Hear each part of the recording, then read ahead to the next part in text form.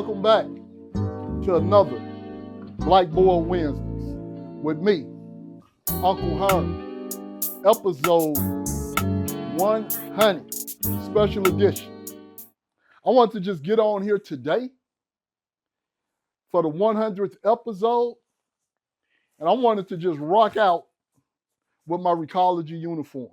And in 90 days, I'm going to be retired. Now, in the process of doing this 100 episodes, hopefully I have encouraged somebody, inspired somebody, and some of you guys have picked up a positive habit through following the episodes that I have demonstrated throughout the years. Today, I just want to, reflect on my retirement, which is coming up in 90 days. In 90 days, I will be retired. When I first started working my journey to acquiring the job at Recology, goes something like this. I was 40 years old when I got the job. I was 40 years old. Never had a job in my life. This is the first job that I ever had. I ended up getting the job through Willie Brown being the mayor. Willie Brown was the mayor, and Recology was in the process of extending their operation. And they needed Willie Brown's signature to secure the facility in back of West Point where I'm working at now. One of the requirements for Recology to secure that facility was Willie Brown said, in order for you guys to get this facility, you guys have to make a commitment to hire from the area code 94124. That's Bayview Hunters Point. They also extended it out to the Sunnydale projects, to the Fillmore projects. They had to hire approximately 50 to 60 people. I was one of the individuals to get hired. I was up on the block on Bertha Lane. The homeboys say, Herm, could you give me a ride down in the back of West Point? I'm like, okay, no problem. Jumped in my convertible, the top down. I shoot him down there because it was a job fair. I didn't know nothing about it being Recology. I just give him a ride down there. But once I get down there, the brother name was Rick. Rest in peace, Rick. Rick with the long perm from Bertha Lane. So once I get down there, it's a line of people. A line of people. I was just dropping Rick off. So I dropped Rick off. Rick jumped in the back of the line. But as I'm dropping him off, Francisco DaCosta, a brother, a good man from Bayview Hunters Point, a community activist. I had just recently met him approximately a couple of weeks ago. And he had asked me to come to his event to speak. So I go to his event and speak. And in the process of me speaking at his event, me and him established a good relationship. We established a good rapport, right? So once we established that good rapport, when he see me dropping Rick off, he say, Herm, come in here, fill out the application. I'm like, all right. So I jump out the car, and I definitely wasn't going to the back of the line. So Francisco pulled me right to the front of the line. All the brothers and sisters back there complaining and moping and groping, but they respected me and they knew who I was. So it wasn't too much they can do about that. So I get to the front of the line. Francisco pulled me in and say, Herm, fill out the application. Make sure you do not lie on the application. Let them know that you have been to prison, you just recently got out, and you need a job.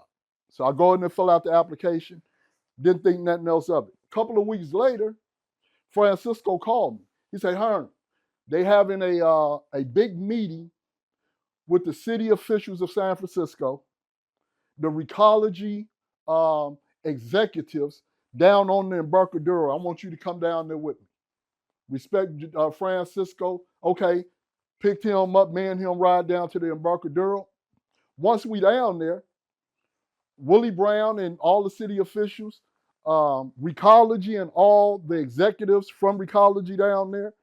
And so I go in there, sit down, listen to everybody, make their suggestions about why we should have this facility in the Bayview Hunters Point.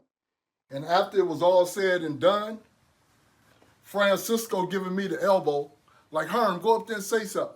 So I go up there and speak on behalf of the community.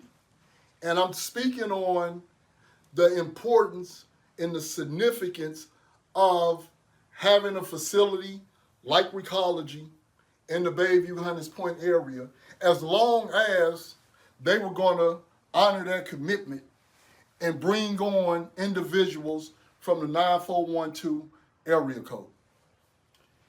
And once they, so that was their plan, was to bring on individuals from the Bayview Hunters Point, Sunnydale, Oakdale, West Point, Harbor Road, even Fillmore. And so I go up there and I speak and telling them, like, man, brothers and sisters can really benefit from having a substantial, stable job with the benefits, with the stability of a company like Recology. And I didn't know too much about Recology at the time. I was just getting up there speaking. And as I'm speaking, I'm constantly, because I knew all the big wigs was there. So I'm promoting myself as I'm speaking. I'm constantly saying, Andre Lewis. My name is Andre Lewis. And I said that probably maybe 10 times in the course of this little 10-minute speech I gave. And so after it was all said and done, the executive from Recology, they all gave me a big hand, a big round of applause. He came on stage. I passed him the microphone. He put his arm around me and say, Andre Lewis, you got the job. And he hired me on the spot. And he's still with Recology. His name is Maurice, the CEO of the company. So he said, look, you got the job. Tomorrow, go down the tunnel, fill out a few more papers, and you hired. So that's how I got my job. When I first got the job, I was still hustling. I was still in the streets. So I got this job, and this is my first time ever working. So it was challenging for me to be at a job for 8 hours a day, missing phone calls, my pager going off, missing studio time. But for some reason, I hung in there. And then as I started hanging in there more, I met more people, got a little more knowledge about the importance of having a job, the benefits, the medical, the dental, and all of this stuff. So 5 years go by, 10 years go by. I'm still there. I've been there 23 years now. And, it's like I had to have motivation to continue to get up and do it day in and day out for 23 years. And my strategy is, and I'm still utilizing it now, these last 90 days, I feel like I'm short. I feel like I'm on the yard and I'm short with 90 days left. But going to work for the last 23 years, I step in there and I'm go like this. I'm like, hey, I step in there and my mentality is, I'm in the penitentiary. I go to work with a penitentiary mindset. And maybe you guys can probably utilize that strategy also. Because my thing is, I would tell myself, being at work for 8 hours is more desirable than being locked up in the penitentiary for 8 years. It's either you sacrifice 8 hours a day, go to work, get a paycheck, secure benefits, secure some stability, or continue to do what you're doing illegally and get caught up and end up with an 8-year sentence. So every day, that's what kept me motivated. That's what kept me going. And so, it's a young brother that worked with at Recology now. He's 40 years old. And me and him was talking, and I said, yeah, man, I started when I was your age. He like, what? He couldn't believe it. He said, man, I'm 63. I'm finna retire in 90 days. So my thing too on this Blackboard Wednesday, hopefully you guys have acquired some knowledge, have acquired some character, because I ain't never been the individual to put my pride ahead of getting my money.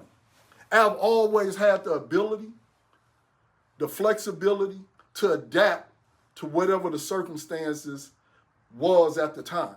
So, I can put on the Herm Lewis hat, the Black Power Productions hat, and step in any rap event, any rap venue, any rap studio, and I'm Herm Lewis. I'm somebody in that field. In the music industry, I'm a factor. So I can put on the Herm Lewis hat, but I can also put on the Recology uniform and still be Andre Lewis. That's the creativity, and that's what makes me a special individual, because I don't let my pride dictate how I'm going to get my money. So I can put on the Recology uniform and I make $50 an hour and I can go get that money. I can put on the Herm Lewis Black Power Production hat and I'm going to go get money that way. And then I can put on my Johnny King gloves and run my business and secure money that way. So it's different streams of income, and none of them is extraordinarily pretty. The music thing is definitely pretty if you have a major success. Now, in the music game, my thing is, if I was fortunate to go platinum, I would have went to the job and say, hey, man, I'm a platinum selling artist. I wouldn't have quit. I need a leave of absence. I need to put a leave of absence in for a year just to see how things is going to continue to go. And I say that, and I've always said that, because Rapping Forte, this brother right here, when Players Club was out, when I Be Around was out, and all these different songs he was doing was on the charts, he was working initially at a forklifting place. And he told me, say, Herm, I'm finna take a leave of absence. And I'm like, what? Okay, cool. And I have always reflected on that because, and I told myself, if the success come through the music the way I need it to come, I'm taking a leave of absence. It didn't happen. And I am retiring in 90 days with dignity, with my chest out, my head held high. I have invested properly within the company. So I got a nice piece of change coming from that. I have prepared myself for this next chapter in my life, which is retirement. I'm not finna to retire and be tired. I'm finna to retire with dignity. I'm finna to retire inspired. That's my motivation, to retire inspired. And the music thing, I'm always be committed to that, because I got enough material out there, something may hit. And if it do, I want to be mentally, physically, emotionally prepared to capitalize on that, to take advantage of it, right? So all of you guys that's 35, that's 30, that's 40, follow my example. If you are artists, and yeah, man, I know you got dreams. I know you got dreams to be a platinum artist. And I know you got dreams to be successful as an entertainer, as a comedian. Whatever you decide to be, you want to be successful at it. But in the process of pursuing that dream, you may have to get a job at Recology or at some other major corporation. This logo right here, I can get anything I want with this logo. The 23 years that I have dedicated to the company, I'm capable, because I haven't squandered or jacked off my credit. I have some things in place that's going to sustain me for the next 20 years. And my goal is And my prayer is, I'm 63. I'm praying to God daily. God bless me with 20 more years, 2 more decades of physical health, mental health, spiritual, financial health. And I'm praying to God for his guidance, for his direction for the next 20 years. That'll put me at 83. And guess what? I'm going to say, God, bless me with 5 more. And after he blesses me with 5 more, I'm going to say, I'm ready to come home, Lord. And it ain't going to be a problem because I have been blessed. And if you're 30, 40, 45, don't let your pride prevent you from taking on getting a job to stabilize yourself. Because, having medical benefits, dental and eye benefits is more important than just the money. The money is great, but having them other benefits is also great. When you can send your kid to the hospital, send your daughter to the dentist, you can get your eyes checked. All of that is very important. And this is Blackboard Wednesday, episode 100. And before I go, I'm having a retirement party, October the 5th. A retirement party, October the 5th. I will be sending out some invites, sort of like a private event. But I'm going to send out some invites to my family and loved ones, some of my co-workers, and it's going to be a beautiful thing. And if you're fortunate to get this invite, hopefully you can make it. And if you can't make it, don't hesitate to let me know so I can invite someone else to occupy that seat that you may not be able to occupy. Okay? I'll be having a birthday party October the 5th in the Bay Area. I'll give you guys all the information on that coming up soon. That's it, This is episode 100, special edition.